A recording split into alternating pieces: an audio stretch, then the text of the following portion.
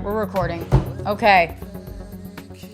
Wow. Hey, everybody. Wow. Welcome back to another episode of Find Your Beach, the only podcast hosted by a couple of comedians that are also a couple that started the first day of quarantine and can't get out of it.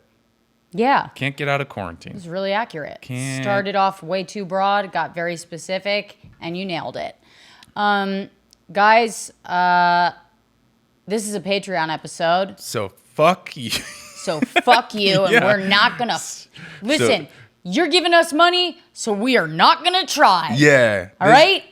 Tim Dillon, who's the richest Patreon person in history, he said, just make sure the Patreon episodes are the funniest episodes you do. And we said, what fuck if that idea? What if we flipped it? Yeah, what if we took what has created so much success for you and we did the opposite? It's called being an upsetter. It's called being an edgelord. Tim, Yeah, look it Tim. up. We're anti-comedy. That's our art.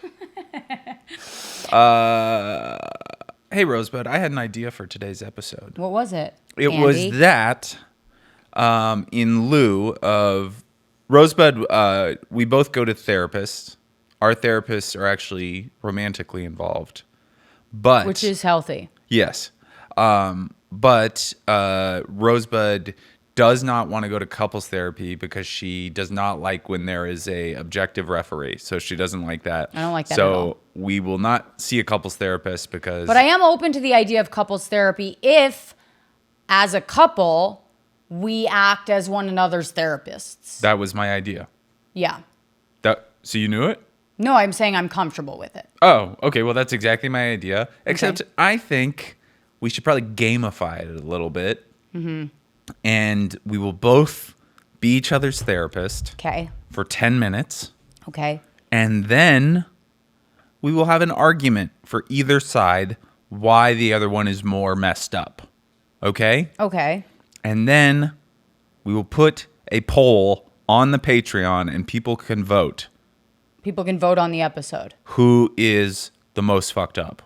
It's really fucked up, Andy. And also, if any of you fucking cute bitches who just are like, I love Rosebud from Two Less Lonely Girls, I'll die for her. Don't vote like that. I want you to vote based on the episode. Are you kidding me? I want you to vote on the episode. You're gonna try to talk to my fans like that? I will destroy you. You already have. I will remove your teeth one by one in your sleep. You've never been awake when I was asleep, all right? It doesn't matter. I'll You- figure out a way to do it, and I'll take your teeth out, and I'll hide them under the pillow like a fucked up tooth fairy in reverse. Parrot. You guys know when the tooth parrot comes? Caw-caw! Just fly. That toucan flies Like in your a window. tooth parrot in reverse. You know the tooth parrot. He flies into your room. He puts teeth in your mouth. This is the opposite.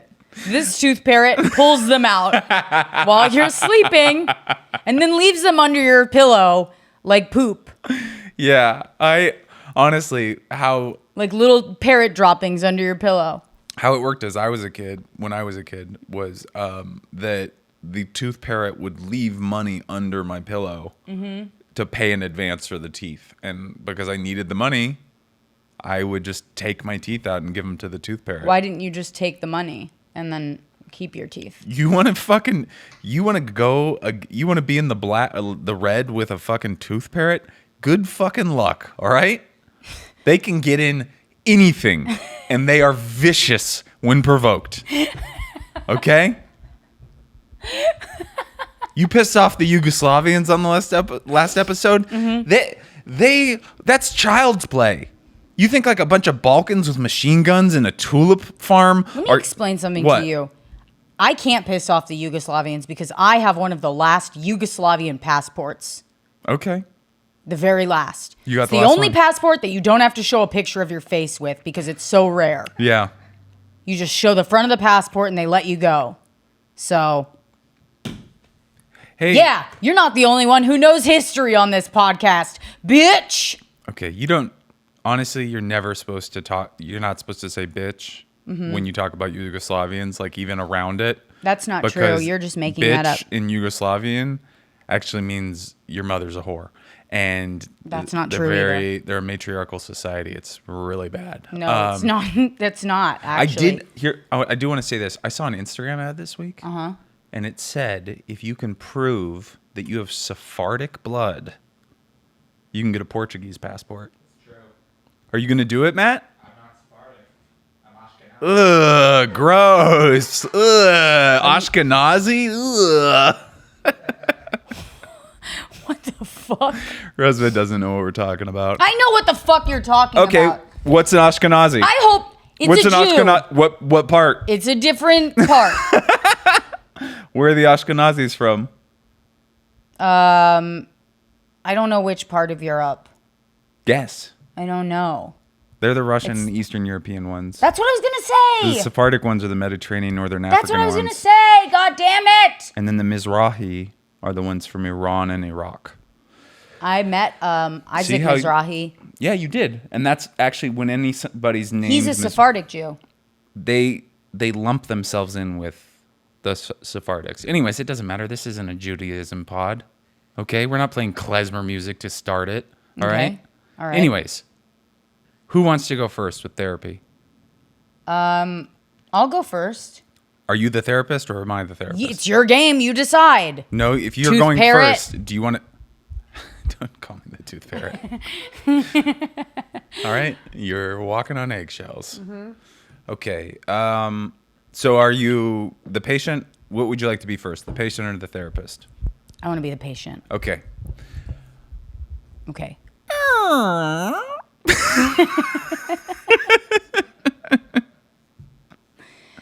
It's me shutting the door to my office. Okay. Rosebud, take a seat. I am sitting. I'm sitting already. Okay. How's your week been? Tell me what's up. What's going on? It's been all right. Do I do it how I really do therapy? It's your hour, so whatever you want to talk about. Okay. I've been reading this book by Charlie Kaufman. Mm-hmm. It's called Antkind. Yeah. And so this is what I do in therapy is I'll waste a lot of time talking about something that I'm reading so I can avoid talking about my feelings. Well, you're in therapy right now, so you're just kind of being meta for no reason. Okay. So just how is it? Do you like it? Do you relate to it? I really love it. It's very funny. It talks about this guy who's like, well, he's sort of like he's a woke critic. Mm-hmm. And he kind of does remind me a little bit of my husband. Oh, okay. Should I read you the first paragraph? No, I that will. seems like a waste of No, I'll time do that. for a Hold on. podcast. I'll do that just you know, because it's so. If we were doing it's therapy so in a accurately podcast, represents who my husband is I don't in a lot of know. ways. Like I the feel same. like He's snobby in the same way as my husband. So I'd hold kind of on. like to talk about you today, but you know, once again, Well, it we is are your talking hour. about me. This is talking about me. This is what upsets me about my husband. Okay. Okay. Okay. Here we go. Hold on.